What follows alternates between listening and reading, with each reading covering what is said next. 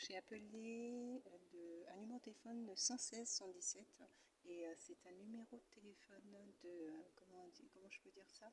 Je crois que c'est du SAMU. Je crois que c'est du SAMU. Et en fait, la personne que j'ai eu au téléphone me posait des questions. Oui, vous êtes à quel étage? Vous êtes non? Ah, mais je vous dis non, ça relève pas du tout du SAMU. En fait, je cherchais le numéro du service d'accès aux soins pour les soins non programmés. Et je vous dis non, ça relève pas du tout du SAMU parce que là, les questions que vous me posez, c'est comme si vous alliez intervenir à mon domicile. Non, pas du tout, je veux simplement un rendez-vous. Elle me dit oui, mais c'est nous qui gérons ça aussi pour les soins non programmés. D'accord. Ok, ok. Donc elle me dit, je vous passe la communication. J'ai une personne au téléphone qui me pose quelques petites questions, logiques ces questions, et qui me dit, je vais vous passer un médecin libéral. Et en fait, je vais opter pour un tout autre type d'intervention. Je vais opter pour un tout autre type d'intervention. On se rend compte que les médecins traitants sont précieux quand on les a plus, hein, je peux vous assurer, quand on les a plus.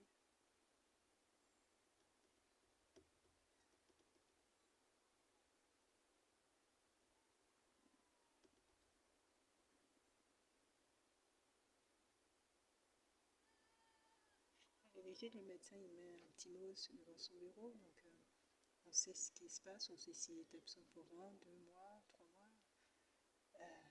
Voilà, s'il revient ou s'il ne revient pas, mais là, il semble qu'il n'est pas mis du tout, qu'il n'est rien mis sur. Bah, il semble pas, et j'ai vu, il n'y avait rien devant son bureau, donc pour moi, voilà, il n'y avait rien devant son bureau qui explique pourquoi c'est fermé. Encore c'est une fermeture administrative, il le note aussi. Voilà.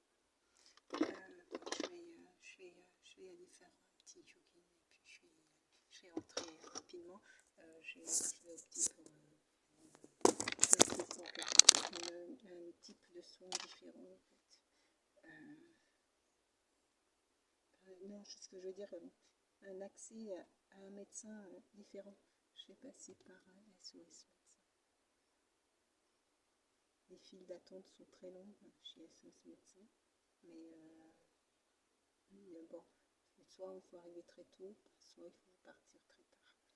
Soit il faut repartir très tard. Mais je pense que les prix correspondent quand même. On n'est pas sur des tarifs de ce type-là. Et puis comme ils prennent la carte vitale, ça permet d'être remboursé et la mutuelle rembourse une part aussi, donc ça permet d'avoir un restant à charge qui, je dirais, est raisonnable. Voilà. L'ensemble, ça fait une somme, mais la prise en charge des différents organismes après